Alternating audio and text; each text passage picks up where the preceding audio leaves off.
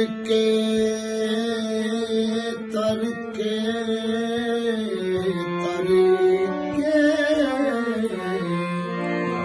हुक्का तर के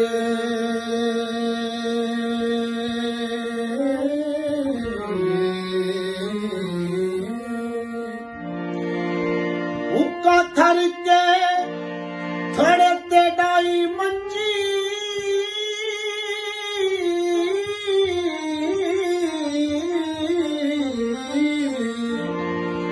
हुक्का थर के थड़े ते डाई मंजी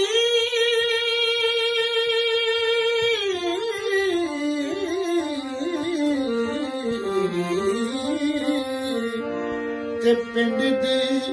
उजाड़ वेख ली बाबा सुता उजाड़ वेख ली। जी बाबा हजूर अस्सलाम वालेकुम। ਵੇਖੋ ਇਹ ਫਿਰ ਉਹੀ ਗੱਲ ਪਿਛਲੇ ਜ਼ਮਾਨੇ ਦੀ ਗੱਲ ਸੁਣੋ ਕਿ ਪਹਿਲਾਂ ਇੱਕ ਵਕਤ ਐਸਾ ਹੁੰਦਾ ਸੀ, ਬੜੀ ਸਾਦਗੀ ਦੀ ਹਾਲਤ ਸੀ, ਹੁੱਕੇ ਨੂੰ ਮੁਸਲਮਾਨ ਕਹਿੰਦੇ ਸੀ ਲੋਕ, ਕਿ ਮੁਸਲਮਾਨ ਹੈਗਾ ਯਾਨੀ ਕਿ तमाम ਮੁਸਲਮਾਨ ਹੁੱਕੇ ਤੇ ਇਕੱਠੇ ਹੋ ਜਾਂਦੇ ਸੀ। ਉਸ ਜ਼ਮਾਨੇ 'ਚ ਅਗਰ ਕੋਈ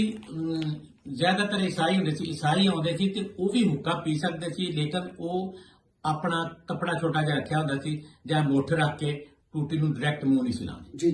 ਲੇਕਿਨ ਇਹ ਗੱਲ ਮੈਂ ਤਾਂ ਦੱਸੀ ਹੈ ਕਿ ਉਦੋਂ ਵੀ ਉਹਨਾਂ ਨੂੰ ਹੁੱਕੇ ਤੋਂ ਮਹਿਰੂਮ ਨਹੀਂ ਕੀਤਾ, ਇਹ ਨਹੀਂ ਕਹਿੰਦਾ ਤੂੰ ਪੀ ਨਹੀਂ ਸਕਦਾ। ਅੱਛਾ, ਫਿਰ ਇਹ ਕਿ ਹੁੱਕਾ ਜਿਸ ਨੇ ਵੀ ਡਾਇਆ, ਕੋਈ ਤਗੜਾ ਹੈ ਜਾਂ ਮਾੜਾ ਹੈ, ਕੋਈ ਚੌਧਰੀ, ਆਮ ਤੌਰ ਤੇ ਥੜੇ ਬਾਹਰ ਘਰਾਂ ਦੇ ਬੂਹਿਆਂ ਦੇ ਥੜੇ ਹੁੰਦੇ ਸੀ ਤੇ ਉਹਨਾਂ ਦੇ ਉੱਤੇ ਹੁੱਕੇ ਲੱਗਦੇ। ਉਸ ਹੁੱਕੇ ਦਾ ਕਮਾਲ ਇਹ ਸੀ ਕਿ ਹੁੱਕਾ ਉੱਥੇ ਹੋਵੇ ਜਾਂ ਖੇਤਾਂ 'ਚ ਹੋਵੇ ਜਾਂ ਖਲਿਆਣਾ 'ਚ ਹੋਵੇ ਜਾਂ ਬਾਹਰ ਹੋਵੇ ਜਾਂ ਕੋਈ ਸੜਕ ਤੇ ਹੋਵੇ ਜਾਂ ਕੋਈ ਕਿਸੇ ਜਗ੍ਹਾ ਤੇ ਹੁੱਕਾ ਲੈ ਕੇ ਖਲੋਤਾ ਹੈ, ਹੱਤਾ ਕਿ ਇੱਕ ਬੰਦੇ ਦੋ ਤੁਰੇ ਜਾ ਰਹੇ ਨੇ, ਇੱਕ ਆ ਰਿਹਾ ਇੱਕ ਜਾ ਰਿਹਾ, ਇੱਕ ਦੇ ਹੱਥ ਝੁੱਕਾ ਹੈ ਤੇ ਨਵਾਕਮ ਲੋਕ ਹੈ ਤੇ ਸਲਾਮ ਅਲੈਕਮ ਲੈ ਕੇ ਖਲੋ ਜਾਂਦੇ ਸੀ, ਦੋ ਘੁੱਟ ਭਰ ਲੈਂਦੇ ਸੀ। ਯਾਨੀ ਹੁੱਕਾ ਇੱਕ ਸਿੰਬਲ ਸੀ, ਇੱਕ ਨਮੂਨਾ ਸੀ, ਇੱਕ ਤਮਸੀਲ ਸੀ, ਇੱਕ ਸਮਝੋ ਕਿ ਹੁੱਕਾ ਇੱਕ ਨਿਸ਼ਾਨੀ ਸੀ। ਇਹ ਸਬੂਤ ਸੀ ਇਸ ਗੱਲ ਦਾ ਕਿ ਲੋਕ ਅਜੇ ਆਪਸ ਚ ਪਿਆਰ ਵੀ ਕਰਦੇ ਆ, ਇਕੱਠੇ ਵੀ ਹੁੰਦੇ ਆ। ਫਿਰ ਜੇ ਕਿਸੇ ਨੇ ਥੜੇ ਤੇ ਮੰਜੀ ਡਾਉਣੀ, ਥੜੇ ਦੇ ਉੱਤੇ ਇਸ ਤਰ੍ਹਾਂ ਹੋਣਾ ਕਿ ਪਹਿਲਾਂ ਛਿੜਕਾ ਕਰਨਾ, ਫਿਰ ਉੱਥੇ ਮੰਜੀ ਡਾਉਣੀ, ਸਰਾਣੇ ਰੱਖਣੇ, ਪੈਂਦਾ ਦੇ ਉੱਤੇ ਖੇਸ ਜਿਹਾ ਰੱਖਣੇ, ਫਿਰ ਇੱਕ ਆਇਆ, ਦੂਜਾ ਆਇਆ, ਫਲਾਣਾ ਆ ਗਿਆ, ਟਿਮਕਣਾ ਆ ਗਿਆ, ਉਹ ਚੌਧਰੀ ਆ ਗਿਆ, ਉਹ ਚੌਧਰੀ ਆ ਗਿਆ, ਫਲਾਣਾ ਆ ਗਿਆ, ਟਿਮਕਣਾ ਆ ਗਿਆ, ਤੂੰ ਆ ਜਾ ਯਾਰ, ਜਿਹੜਾ ਕੁੜੋਂ ਜੰਮਦਾ ਆ ਜਾ ਯਾਰ, 2 ਮਿੰਟ ਠਹਿਰ ਕੇ ਢੱਗੇ ਖਿਲਾਰ ਲਾ ਇੱਥੇ, ਉਹਨੇ 2 ਢੱਗੇ ਖਿਲਾਰ ਲੈਣੇ ਉੱਤੇ। ਫਿਰ ਉਹ ਆ ਜਾਣਾ ਕੋਈ ਹੋਰ, ਉਹ ਯਾਰ ਮਸ਼ਕ ਵੀ ਆ ਜਾਏ, ਮਸ਼ਕ ਲੈ ਕੇ ਉਹਨੂੰ ਕਿ ਯਾਰ ਖਲੋ ਜਾ, ਇੱਕ ਘੁੱਟ ਲਾ ਜਾ। ਯਾਨੀ ਉਹ ਇੱਕ ਮੁਹੱਬਤ ਦੀ ਨਿਸ਼ਾਨੀ ਸੀ ਕਿ ਹਰ ਕਿਸੇ 'ਚ ਵੰਡਦਾ ਸੀ, ਹਾਲਾਂਕਿ ਖਰਚਾ ਹੁੰਦਾ ਸੀ। ਉਹ ਉਸ ਜ਼ਮਾਨੇ ਜਿਹੜਾ ਤੰਬਾਕੂ ਬਣਦਾ ਸੀ, ਉਹਦੇ 'ਚ ਗੁੜ ਪੈਂਦਾ ਸੀ, ਉਹਦੇ 'ਚ ਬੜੀਆਂ ਚੀਜ਼ਾਂ ਪਾਉਂਦੀਆਂ ਸੀ, ਜਿੱਦਾਂ ਦਾ ਸ਼ੌਕੀਨ ਬੰਦਾ ਹੁੰਦਾ ਸੀ ਉਦਾਂ ਦਾ ਹੁੱਕਾ ਬਣਾਉਂਦਾ ਸੀ। ਫਿਰ ਉਹ ਉਹਨਾਂ ਨੂੰ ਰੋਕ ਕੇ ਤੇ ਇਹ ਨਿਸ਼ਾਨੀ ਸੀ ਕਿ ਇਹ ਪਿੰਡ ਵਸਦਾ ਹੈ, ਅਜੇ ਉਹ ਮੁਤਹਜ਼ੀਬ ਹੈ, ਰਤਲ ਹੈ, ਲੋਕ ਜਿੰਦਾ ਨੇ, ਇੱਥੇ ਨਫ਼ਰਤਾਂ ਦੀ ਬੂੰਦੀ ਇੰਨੀ ਨਹੀਂ ਵੰਡੀ ਗਈ ਕਿ ਲੋਕੀ ਹੁੱਕਾ ਭੁੱਲ ਜਾਣ। ਤੇ ਮੈਂ ਗਿਆ ਤੇ ਮੈਂ ਜਾ ਕੇ ਹੁੱਕਾ ਧਰ ਕੇ, ਮੈਂ ਮਿਸਾਲ ਦੇ ਰਿਹਾ ਮੇਰੇ ਤੇ ਜਿਹੜੀ ਉਤਰੀ, ਮੈਂ ਗਿਆ, ਮੈਂ ਜਾ ਕੇ ਹੁੱਕਾ ਧਰਿਆ, ਮੰਜੀ ਡਾਈ, ਛਿੜਕਾਓ ਕਰਵਾਇਆ, ਉੱਥੇ ਰੱਖੇ, ਸਰਾਣੇ ਰੱਖੇ, ਕੋਈ ਸਾਰਾ ਦਿਨ ਹੁੱਕਾ ਪੀਣ ਨਹੀਂ ਆਇਆ।